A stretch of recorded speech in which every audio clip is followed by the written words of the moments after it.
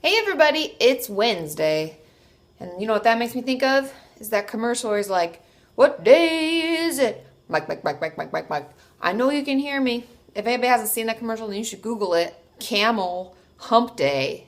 It's hilarious. So anyway, today is Hump Day. It's Wednesday. And that means I'm on the website and I'm on YouTube. So if you asked your questions, I have 4 of them. I know there are many more, and I'll get on and try to answer more later on. But I need to get a video out, right? And I have a journal topic straight from my jar of happy things.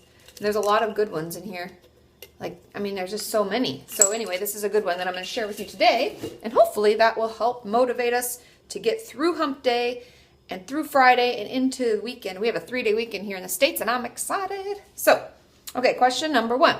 This may be a sensitive question, but can sex be a way of self-harm, either with another person or even by masturbating? Sorry if that's graphic. Sometimes, like I said to this person, sometimes the sensitive or graphic questions are the ones that need answered most because people are afraid to ask them, and that's why I decided to answer this one. And the truth of it is that yes, sex and even masturbating can be used as a form of self-harm. I have many clients who use sex with other people as a form of self-harm, and they will do this. Every patient is different, obviously, and they have very different scenarios, but one does it because it's something that she never wanted to do, and then she was assaulted, and so as a way of almost reliving the trauma, she does it as a way to harm herself emotionally.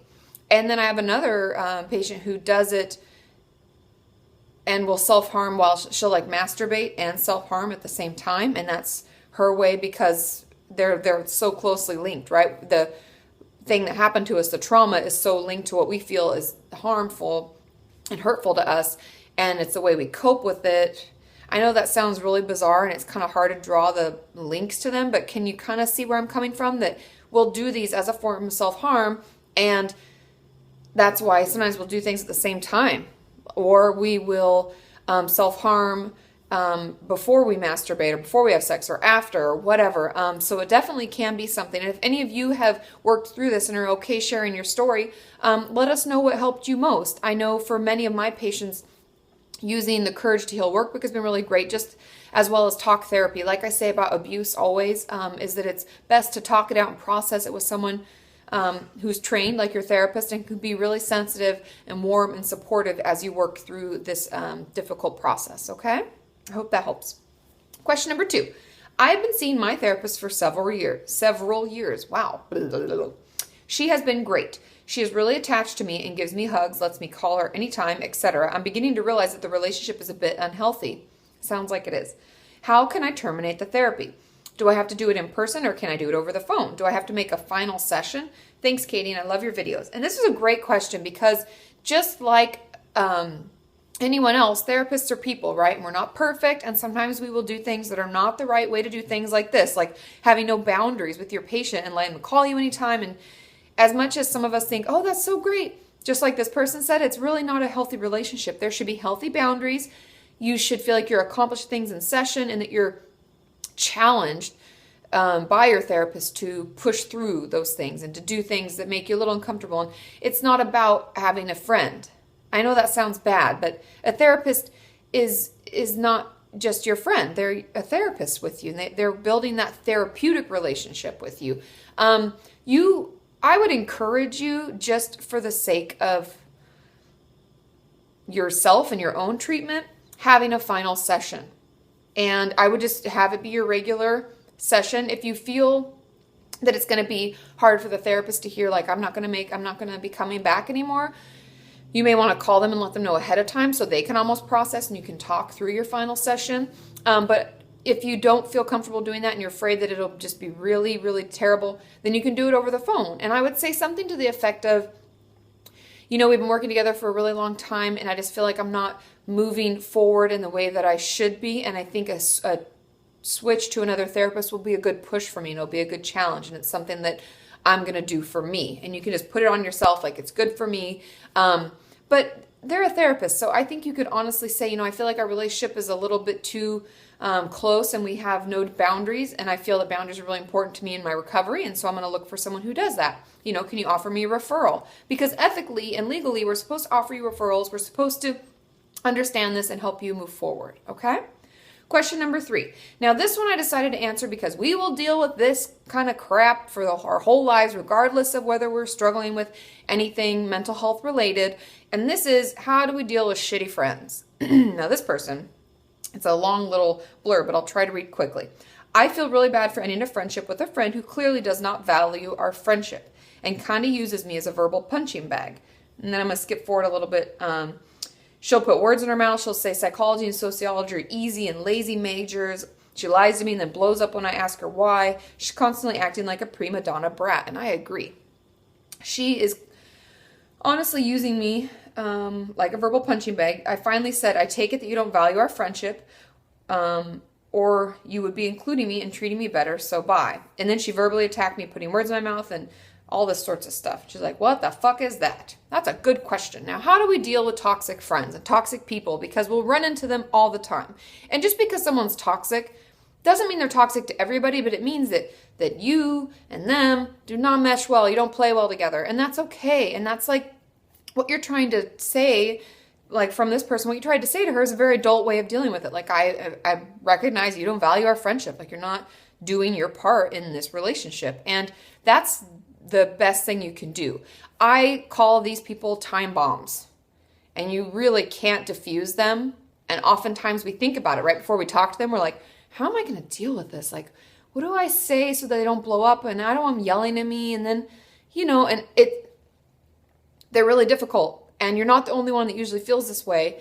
And yes, you do the right thing by leaving them alone. And oftentimes I will say, and in my life, I've had people like this where I run into them and we just don't mesh. And I'll try to tell them that and they'll end up yelling or blowing up or like, well, I know what this is really about. You're a stupid bitch or what. And la, la, la. I just pretend it doesn't even matter because by that point, I'm not invested in the friendship or the relationship.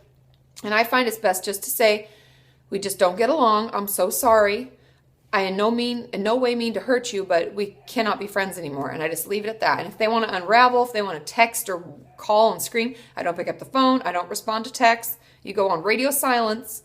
And I promise you'll feel so much better because we don't need to have that, right? It's just toxic. It just feels icky. I have a video on this I did eons ago called Toxic Friends. So if you want more information, check that out. Okay, sorry. Question number 4. Seems like most ED support is catered to teens/young adults. I'm an empty nester struggling with the ED relapse, and I can't seem to get anyone, therapist, MD, or family members to take my desperation seriously. When I was severely anorexic in the past, everyone seemed to care. Now that I've gone from starving to binging and my weight is quote-unquote normal, no one understands that I'm seriously losing my mind, even though it doesn't show like it did in the past. What else can I do or say to get some support without having to resort to more extreme measures? Now, this is really tricky because it's hard, and I agree that most groups and most treatment centers are catered to younger people, but keep looking for a therapist. There are good therapists out there, and I would search for eating disorder specialists. I would search for groups in your area, or even sometimes people say OA is really good. Overeaters Anonymous is really helpful.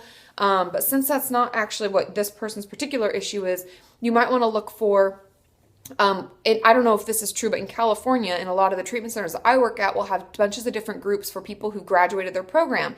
And they'll have teen groups and adult groups. And we even had one that was for older adults. We had a bunch of different things from like binge eaters, and everything was kind of separated out so people felt like they fit and they had a home there and they could talk about it and get some support. I would encourage you to do that, but keep looking for therapists, because whether or not your family understands and is ready to take you seriously, therapists will. If you find an eating disorder specialist, you talk about your past history, you tell them what's happening now and how empty nesting can be a big transition. It can be really stressful. It's just like the same as us going to college when we're younger, or moving states, or it's a big family change, and it's a big emotional change. And so I know many of you out there are not in that quote unquote age range that's so popular and so easily findable, I guess, to find groups and stuff, but keep looking, because therapists are out there. Look for eating disorder specialists. We know that eating disorders don't pick on a certain race, a certain sex, a certain age. It runs the whole gamut, right? It doesn't discriminate. So please keep looking. If any of you have found something in your area, please share so we can help each other, because I'm not sure where this person is located, and we may have, the same information that's helpful in their area. So if any of you know, let us know. Okay, question. Oh, no question. Journal topic. Now, like I said, it comes out of my jar of happy things, and it's a quote. And it says, "Courage doesn't always roar. Sometimes courage is the quiet voice at the end of the day saying, 'I will try again tomorrow.'" And I really like this because it's a process. It's not perfection, right? And days can be shitty, and it doesn't mean that we just barrel through all those urges and we just say, kiss my ass. I own this day. I'm so awesome. And yeah, we'll have some days like that. But sometimes courage is, I'm going to get up tomorrow and I'm going to try again, right? So I encourage you all to have that outlook. And if you had a great day, how were you courageous? I want you to journal about how you were courageous, how you overcame. And if not, I want you to journal about what you're going to do tomorrow to try it all over again. Okay? I love you all. I'll see you tomorrow when I'm on Twitter. So ask your questions using the hashtag KatieFAQ, and I will answer them. Bye.